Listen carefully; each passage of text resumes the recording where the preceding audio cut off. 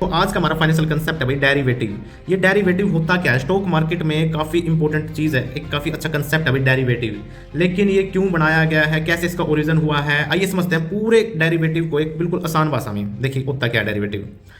Let's suppose एक farmer है भाई, इसका अपने एक खेत है इस पर, और ये गेहूं उगाता है, ठीक है। इसका एस्टिमेटेड है इस खेत से मेरे की बार ना 50 बोरी निकल जाएंगी, और ये दिमाग लगाता है कि एक महीने बाद जब सीजन आ जाएगा मैं एक बोरी को 1500 रुपये में सेल करूंगा, ठीक है।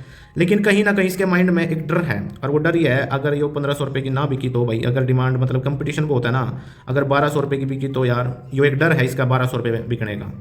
वहीं दूसरी तरफ हमारे एक लल्लन बाबू बिजनेसमैन शहर में रहता है, ये सोचता है कि बार क्यों ना यार गेहूं का बिजनेस करूँ मैं। ये सोचता है कि मैं ना किसी किसान के पास जाऊंगा, वहाँ से बोरी उठाऊंगा और अपने शहर में थोड़े से एक्स्ट्रा प्रॉफिट अपना जोड़ के सेल कर दूंगा।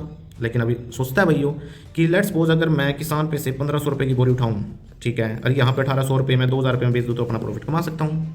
लेकिन अब इसके भी माइंड में एक डर है, कहीं यार मैं खरीदने जाऊँ मतलब एक महीने बाद, क्योंकि यहाँ पे सेलिंग स्टार्ट लेना खरीदने स्टार्ट हो जाएगा, सीजन आ जाएगा, मैं वहाँ पे लेने जाऊँ कहीं फिर किसान ही मेरे को 1800 रुपये बोल दे भाई, क्योंकि डिमांड बढ़ जाएगी, फिर मैं क्या ही कमाऊँगा यार।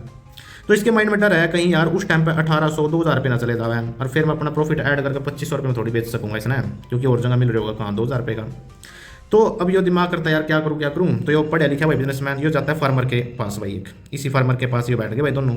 इसका भी डर था कहीं 1200 ना हो जाए, इसका डर था कहीं 1800 ना हो जाए। तो ये दोनों एग्रीमेंट करते हैं कि देख भाई जनाब, हम दोनों कॉन्ट्रैक्ट कर लेते हैं कि एक महीने बाद ना ये बिजनेसमैन बोले मैं तेरे 1500 रुपये में खरीद लूंगा। अब इसका तो रिस्क खत्म हो गया ना, ये डर खत्म हो गया, रिस्क खत्म हो गया, और इसका भी रिस्क खत्म हो गया कि क्योंकि 1800 रुपये होना का इसके माइंड में ये डर था कहीं 1800 ना हो जाए, यानी कि इसका भी रिस्क खत्म और इस बाई का भी रिस्क खत्म हो गया, यानी कि दोनों का रिस्क खत्म हो गया। होया किस वजह से है? एक कॉन्ट्रैक्ट की वजह से है। यानी कि जो ये कॉन्ट्रैक्ट है इसकी वैल्यू जो है, जो ये डिपेंडेंट है, ये गेहूं के प्राइस पे डिपेंडेंट है। तो जो ये कॉन्ट्रैक्ट आपने कराया ना, इसी को हम डेरिवेटिव बोलते हैं। डेरिवेटिव का मतलब क्या होता है?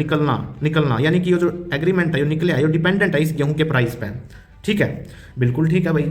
और जो आपने रिस्क खत्म कराया ना, जो आपने जो 300 रुपये का रिस्क यहाँ खत्म कराया इसके अकॉर्डिंग, और इसके अकॉर्डिंग इसका 300 रुपये रिस्क खत्म होया। जो रिस्क खत्म होता है, जो रिस्क को प्रोटेक्ट करते हैं, इसी को स्टॉक मार्केट की दुनिया में हैजिंग बोलते हैं। आपने हैजिंग किया है, ठीक है मेरे भाई। अब एक महीने बाद दो सिचुएशन हो सकती हैं।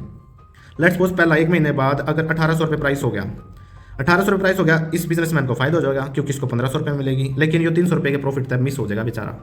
लेकिन अगर 1200 रुपये हो गया तो इसने मजा आ जाएंगे किसान ने, क्योंकि इसका तो बिकेगा 1500 रुपये का भी, यानी कि इसने 300 रुपये का मजा आ गया। और इस भाई साहब जी ने 300 रुपये, यानी कि इसको 1200 रुपये मिलती है अब, और कहाँ इसको पे करेगा 1500 रुपये अब। तो यहीं से होता है भाई पूरे कंसेप्ट का ओरिजिन डेरिवेटिव। तो ऐसे मिलते हैं नेक्स्ट फाइनेंशियल कंसेप्ट के साथ।